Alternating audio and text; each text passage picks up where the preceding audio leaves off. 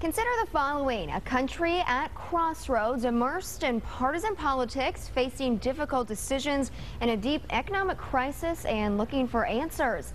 It's not what you may think. The year was 1920. The place was Poland, a country newly reestablished by the Paris Peace Conference, led by a leader with a good sense for a bipartisan dialogue.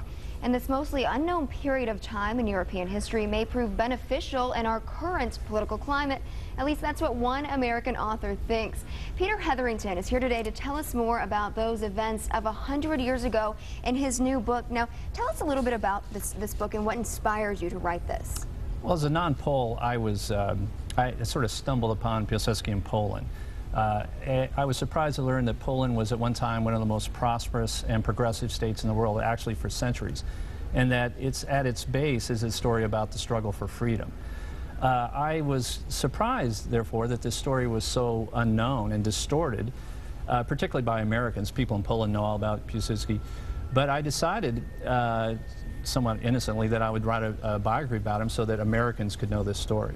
Well, this isn't just a biography. It also gives us insight into more contemporary issues. What can we learn from the old continent today and from your book? Well, one thing is that although we should treat all countries fairly and friendly, that we should recognize who our friends are and who our enemies are. And we should align with people that have shared values, because that's more important than some sort of ephemeral trade treaty or some sort of photo op. We should support freedom-loving people, no matter what the odds are, everywhere. It's a great lesson to be learned. Now, you write extensively about the effects of partisan politics in your book. What can we learn from this today, especially in this election season?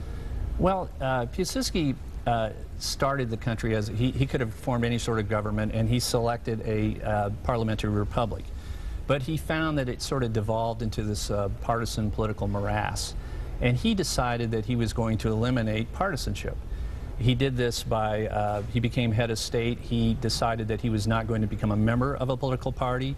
He was going to only appoint technocrats, people who were not part of a party, but he was going to take ideas from the left and the right and have ideologically neutral solutions based on their pronouncements. What he found, however, was that that was not possible, because at some point, public policy is not an equation. You have to animate it with your ideas about social and cultural values, which is partisanship. When he tried to take partisan debate out of politics, it made the citizens less informed, less involved. Basically, partisan debate is a crucible in which policies are determined, where they're refined and defined. And if you don't have counterpoint, counterpoint, ideology becomes stagnant and eventually perverted. So any attempt to move away from a partisan debate is toward authoritarian government, no matter what the intentions are. All right, well, definitely some lessons we can learn from today, especially during this election season. We thank you so much for being here. We have your book right now so people can see it.